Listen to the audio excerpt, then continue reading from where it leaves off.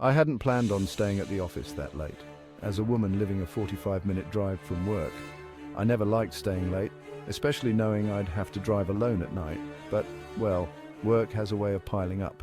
Unexpectedly, it was supposed to be a simple drive home, just like any other. I didn't think much of it as I got in the car, ready to unwind. It wasn't until I was on a long, empty road with no one else in sight, far past the time I'd expected to be home, that I noticed the gas gauge needle teetering on the edge of E.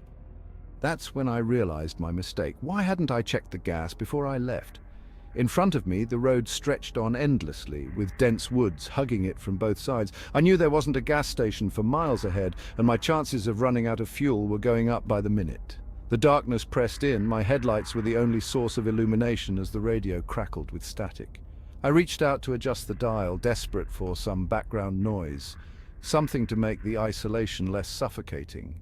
But no matter how much I fiddled with it, the radio remained silent, leaving me alone with my thoughts and the quiet hum of the engine.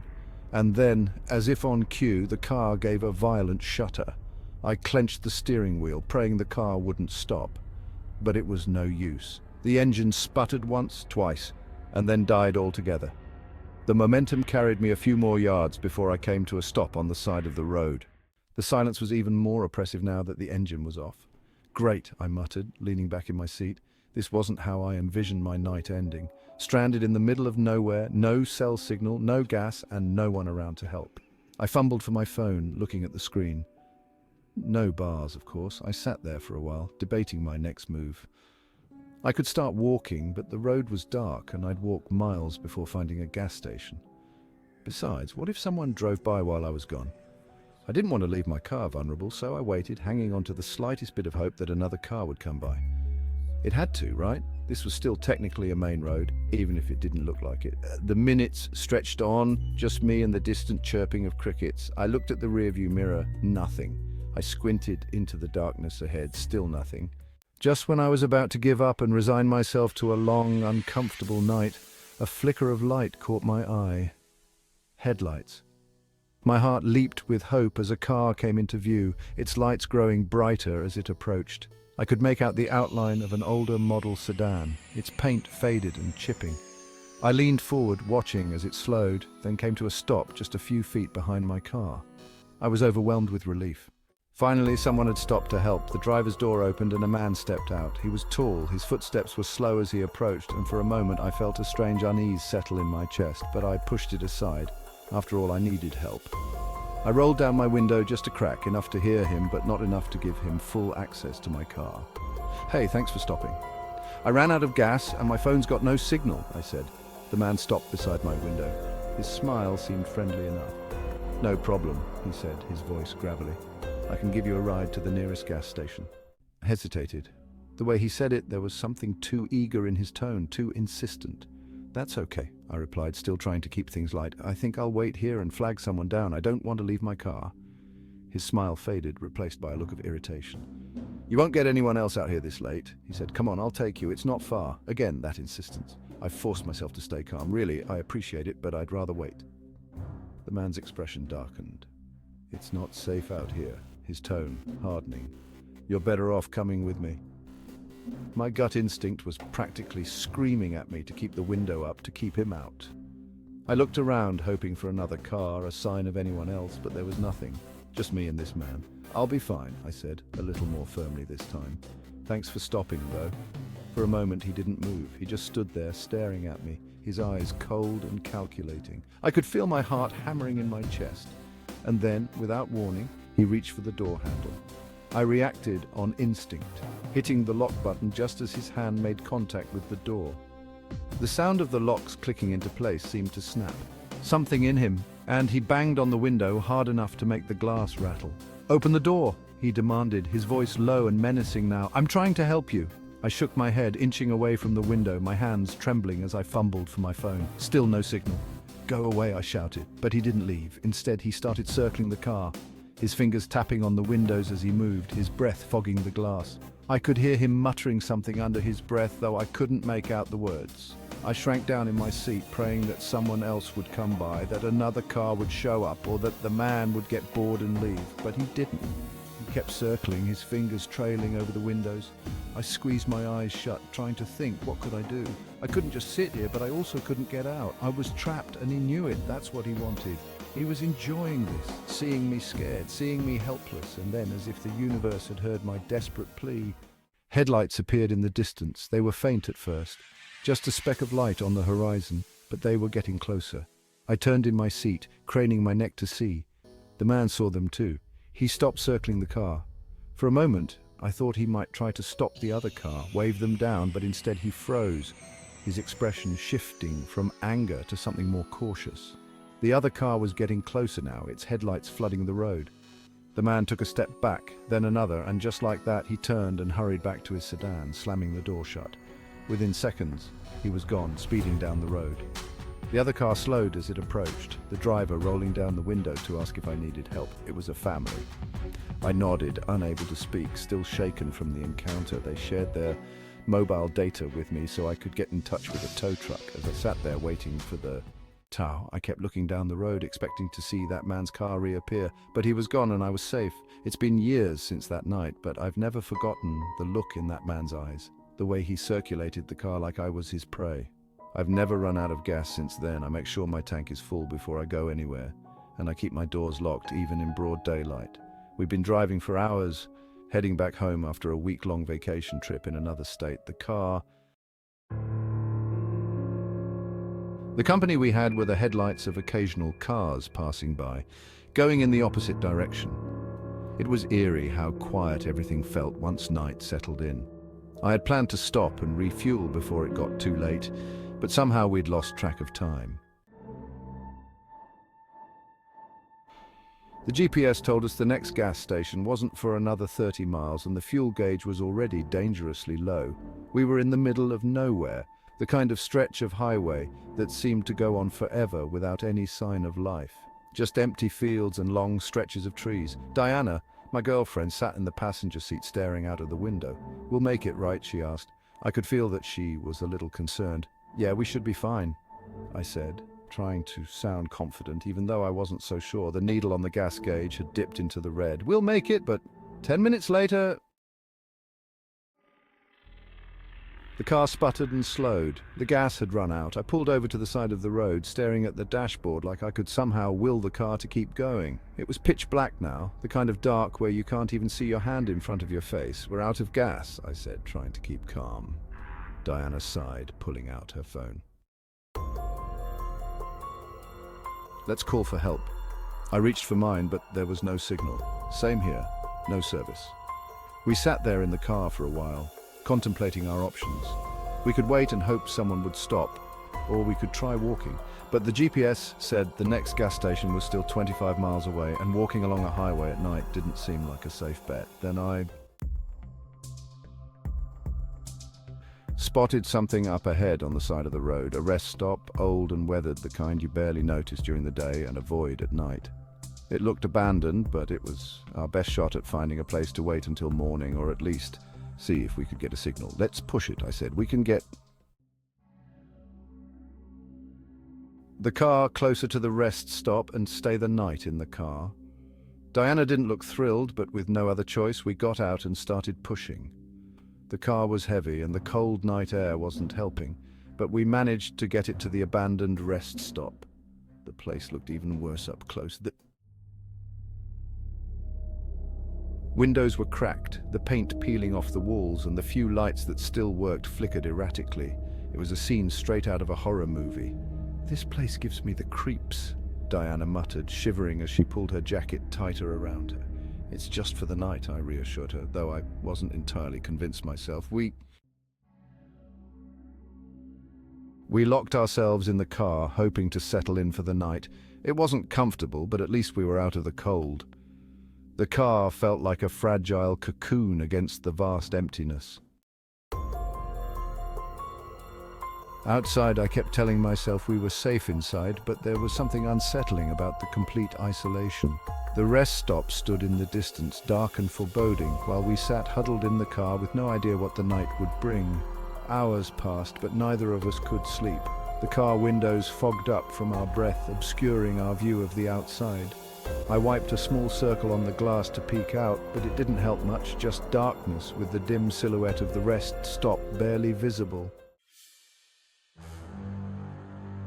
Visible, and then suddenly there was a noise.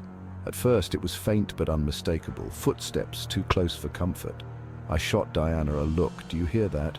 She nodded, her eyes wide. "Someone's out there." We both stayed completely still, listening as the footsteps circled the car. My heart started to race. I strained to see outside, but the windows were still fogged. The feeling of being blind to what was happening around us was suffocating. The footsteps paused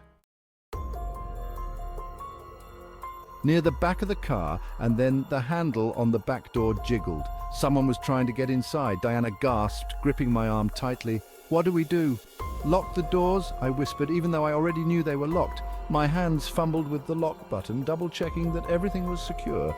The handle jiggled again, more forcefully this time, as if whoever was out there was testing each door. Looking for a weak spot. I grabbed my phone, frantically trying to find a signal, but there was nothing. We were completely cut off. Then the car started to shake. Whoever was outside wasn't just trying to get in. They were trying to scare us. "There's more than one of them," Diana whispered. "I can hear them." I strained to listen, and sure enough, there were more footsteps now. At least 2, maybe 3. They were moving around the car, whispering to each other, but I couldn't make out what they were saying. "We need to get out of here," I said, but we both knew there was no way the rest stop was abandoned. The road was deserted, and we had no way of calling for help. Just then, the car shook again, this time more violently. The whole vehicle lurched to one side as if someone had thrown their weight against it. "They're trying to tip the car," I realized. Panic setting in, Diana's grip tightened on my arm, her nails digging into my skin. What do they want? I didn't have an answer. All I could do was sit there helpless as the car rocked back and forth, the sound of footsteps and low murmurs filling the air. The windows were still fogged up, making it impossible to see how many people were out there or what they were planning. And then with a loud hiss, the car tilted again, this time accompanied by the unmistakable sound of air escaping from the tires.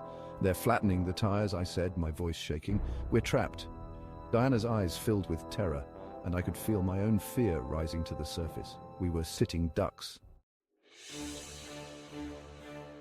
completely at the mercy of whoever was out there. "Call 911, I said, my voice tight with urgency. "Try again." Diana fumbled with her phone, her hands trembling as she dialed. Finally, she managed to complete an emergency call. I could hear her whispering frantically into the phone, telling the dispatcher where we were, what was happening. The whole time, I kept my eyes on the windows, waiting for the next attack. The car continued to rock, and the tires were now completely deflated. After what felt like an eternity, Diana hung up the phone. "They're sending someone," she said, whispering, "but it's going to take a while." The footsteps circled the car again, then paused. The silence that followed was almost worse than the noise. It felt like they were waiting for something, waiting for us to make a move or for the cops to arrive. Minutes ticked, by each one slower than the last, and then finally the sound of sirens cut through the stillness. Red and blue lights flashed in the distance, and I could see the shadows of our tormentors retreating, disappearing into the darkness. The police car pulled up, and an officer stepped out, shining his flashlight around. "Are you folks okay?" he asked, his voice calm but concerned. We explained what had happened, and he inspected the car, his flashlight sweeping over the windows and tires. "Take a look at this," he said, motioning for us to step outside. Reluctantly, we got out of the car. And that's when I saw it. Handprints, dozens of them, smeared across the fogged-up windows all over the car. Whoever had been out there had pressed their hands against the glass, watching us the entire time. "You were smart to stay in the car," the officer said, shaking his head. "I've seen this kind of thing before on these back roads. You were lucky." Lucky? The word felt hollow as I stared at the handprints. We didn't waste any more time. The tow truck arrived soon after, and we got out of there as fast as we could. But the memory of those unseen figures watching us, shaking the car, deflating the tires, has stayed with me ever since. And every time I drive through a remote area now, I make sure my gas tank is full, because the last thing I ever want is to be stranded again alone in the dark. I've been on a lot of road trips and I've run into my fair share of problems. Flat tires, engine trouble, and getting lost in the middle of nowhere, but running out of gas in the middle of a desolate highway at night, that one took the cake. I always swore I'd never be one of those people, the kind who ignores the gas light until it's too late. But here I was, stranded with no gas station for miles and no phone signal to call for help. I was heading back from visiting a friend in a small town a few hours away. It was supposed to be an easy drive. I'd left late in the afternoon thinking I'd get home by dark, but I underestimated how long it would take, and before I knew it, the sun was sinking fast behind the hills. The road lay out in front of me, long and black, twisting into nothingness. The road was barren, save for the distant, sporadic glow of headlights from other cars. When the gas light came on, I knew I was in trouble. I hadn't passed a gas station in miles, and the last one I remembered seeing was at least 30 minutes back. I tried to stay calm, hoping I'd make it to the next town or at least find a rest stop. But the car had other plans. The engine sputtered, the car slowed, and I coasted to a stop on the side of the road. Great, I muttered to myself, staring out into the dark. Just great. I pulled out my phone, praying for even the smallest bar of signal, but it was... To my surprise, the car began to slow as it neared mine. The vehicle, a dusty old pickup truck, pulled up beside me, and the driver rolled down his window. A middle-aged man with a scruffy beard and a baseball cap peered out at me. He sounded friendly, but there was something about the way his eyes gleamed in the headlights that made me uneasy. "Ran out of gas, huh?" he said with a chuckle, as if this was a common occurrence. "Yeah," I admitted, forcing a smile. "Wasn't paying attention, I guess. Happens to the best of us. Lucky for you, I was headed to the gas station just a few miles down the road. I can give you a ride if you want. No sense in walking out here." For a moment I hesitated. Something about the situation felt off. Maybe it was the way he kept smiling, like he knew something I didn't. Or maybe it was the isolation, the vast emptiness of the road that made me feel vulnerable. But what choice did I have? It wasn't like cars were lining up to help me out, and walking seemed even worse. I looked at my phone again. Still no signal. I looked back at the man, weighing my options. "All right," I said. My nerves started to flare up. The man wasn't exactly doing anything wrong. He hadn't said or done anything threatening, but there was something about his demeanor that I couldn't shake. He was just too calm, too comfortable with the situation. "So, you said the gas station is up ahead?" I asked. "There was nothing but trees and darkness, no signs, no buildings." "Yeah," he replied, "just a few more miles," but instead of continuing down the highway, he took a sudden turn onto a smaller road, one that twisted and snaked through a thick patch of woods. My stomach tightened. "Where are we going?" I asked, trying to keep the edge out of my voice. "Oh, this way's quicker," he said, waving a hand dismissively. "Trust me, we'll be there in no time."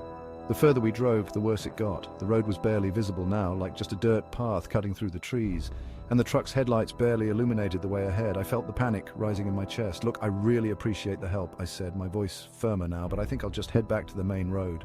I'll wait for another car." He didn't respond at first, and then he pressed his foot harder on the gas. "Hey," I said, my heart racing now. "I said I want to get out." Without a word, he reached over and locked the doors. That's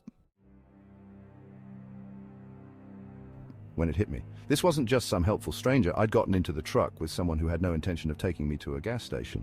I looked around desperately, trying to think of a way to escape. The truck slowed as we approached a stop sign, the first one we'd seen in miles. I didn't know where we were, but I knew this was my chance, the only one I'd get. And lucky for me, the doors opened from the inside even when locked.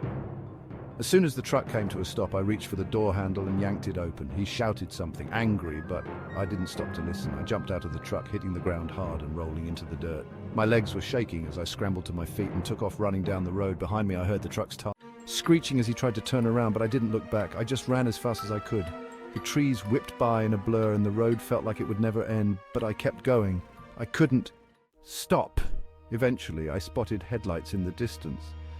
A car was coming down the road. I waved my arms frantically, and the driver slowed, rolling down the window. "Please," I gasped, out of breath. "I need help." The driver, an older man with a worried expression, nodded and unlocked the door. I climbed into the passenger seat, still shaking. "What happened?" he asked as he started driving, looking in the rearview mirror. "I ran out of gas," I said, trying to catch my breath. "Some guy, he offered to help, but then he wouldn't let me out of the truck." The driver's face hardened. "Where is he now?" I looked out the back window, but there was no sign of the truck. "I don't know. The driver took me to..." But I'm grateful that I managed to get out when I did, and I learned a valuable lesson. Never trust a stranger on a dark, empty... It's funny how you don't think much about running out of gas until it happens to you. I've always been the type to push my car a little too far, gambling that I'd make it to the next gas station before the needle hit empty. Usually I win, but that night I lost big time. It had been a long day. I was driving back from a work trip, eager to get home and sleep in my own bed. The route I was taking was mostly back roads, nothing but fields, forests, and a small town here and there along the road. It was peaceful in a way, the kind of drive where you could get lost in your thoughts and just enjoy the quiet. But the further I went, the more I realized I hadn't seen a gas station in quite a while. I looked down at the dashboard and saw the fuel gauge dangerously close to empty. The low fuel light blinked on, taunting me. There hadn't been a sign for miles, and it wasn't like I had great cell service to check for the nearest station. Not good, I said aloud. I slowed down, trying to conserve fuel, but it wasn't long before the inevitable happened. The car sputtered, coughed, and finally died, coasting to a stop on the side of the road. I let out a frustrated sigh, resting my forehead on the steering wheel for a moment. "Why didn't you stop earlier, you idiot?" I said to myself, knowing full well I should have filled up the last time I passed through a small town. But hindsight, as they say, is 20/20. I leaned back in my seat, pulling out my phone to check for a signal. Of course, there was none. Typical. I wasn't about to sit in the car all night waiting for someone to drive by. The odds of that happening seemed slim. I remembered passing a gas station a few miles back. At least I thought it was a few miles. It was dark and everything looked the same out here. With no other option, I decided to walk. I grabbed my jacket from my back seat, threw it on, and stepped out of the car. The night air was cold, biting at my skin, and the silence was unnerving. Not the peaceful kind of silence, but the kind that made you feel exposed, vulnerable. I locked the car and started walking, my boots crunching on the gravel at the side of the road. The only light I had was from my flashlight, barely illuminating the dark around me. The woods flanked both sides of the road, making me feel like I was being watched. I shook off the thought. It was just nerves. There was no one out here but me. At least that's what I thought. I hadn't been walking for more than 10 minutes when I heard footsteps behind me, like someone trying to match my pace. I stopped, turning around quickly, shining my flashlight back down the road. Nothing. Just the dark stretch of highway and the shadows of trees. I told myself I was just being paranoid and kept walking.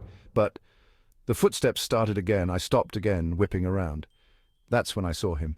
He was standing just at the edge of the trees, barely visible. I almost missed him, blending in with the shadows as he was. He was wearing a flannel shirt and jeans, his hair wild and unkempt, like he hadn't seen a shower in weeks. "Hey!" he called out with a rough voice. "You heading to the gas station?" I was still processing the fact that this guy had appeared out of nowhere. I hadn't heard him approach, hadn't seen him walking behind me. It was like he just materialized. "Yeah," I finally said, "ran out of gas." He grinned. But it wasn't a friendly grin, more like the kind of grin a predator gives its prey before it pounces. "Me too," he said, taking a step closer. "Mind if I join you?" Something about the way he said it set off alarm bells in my head. I didn't want him walking with me, didn't want him anywhere near me, but I didn't know how to say no without making things awkward or worse. Escalating the situation. "Sure," I said. He fell into step beside me and we walked in silence for a few minutes. The longer we walked, the more uneasy I felt. He wasn't talking, just walking alongside me, his hands stuffed into his pockets. Every now and then he'd look over at me and I'd feel his eyes lingering a little too long. "So," he said, finally breaking the silence, "what brings you out here? Work trip? Just trying to get home?" It didn't seem like he was really listening. There was a weird feeling I got from him, something that made me uncomfortable. I couldn't put my finger on why, but I knew I needed to get away from him as soon as possible. We walked in silence for a while longer, the gas station still nowhere in sight. I looked down at my phone again, hoping for a signal, but still nothing. I was on my own. Then he spoke again, his voice low and casual, like we were old friends. "You ever think about just disappearing?" I looked over at him. "What do you mean?" A strange grin creeping across his face. "You know, just leaving everything behind, starting fresh. No one knows where you are, no one comes looking for you." I kept quiet, my mind scrambling to make sense of it all. Why was he talking about this? Was he trying to mess with me, or was there something more to it? "You could do it, you know," he continued, his voice calm. "Just walk off into the woods. No one would ever find you." I swallowed hard, quickening my pace. "I'm good, thanks." He didn't say anything after that, but I could feel his eyes on me. I knew I needed to get away from him, but how? We were miles from anywhere, and he was right next to me. If he decided to do something, there was no one around to stop him. Finally, after what felt like an eternity, I saw the faint glow of the gas station lights in the distance. I quickened my pace, eager to get there and get away from this guy. But as we got closer, I looked over at him, and he was gone, just like that. 1 second he was there, and the next he wasn't. I stopped, turning around, but there was no sign of him. No sound, no movement. I shook my head, telling myself I must have imagined it. Maybe he'd slipped into the woods, or maybe he was just messing with me. Either way, I wasn't sticking around to find out. I hurried to the gas station, filled up the can, and paid the clerk. I stepped back outside. I looked around, expecting the guy to be waiting for me, but the parking lot was empty. Still, I couldn't shake the feeling that I wasn't alone. As I made my way back to the car, I kept looking over my shoulder, my nerves on edge. But when I reached my car, I froze. The hitchhiker was there, crouched next to my car, his hands on the door handle, like he was trying to get inside.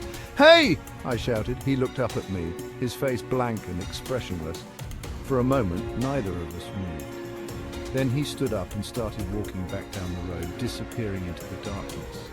I didn't wait to see where he went. I rushed to the car, filled up the tank, unlocked the door, and jumped inside, locking it behind me. My hands were shaking as I started the engine and sped off down the road.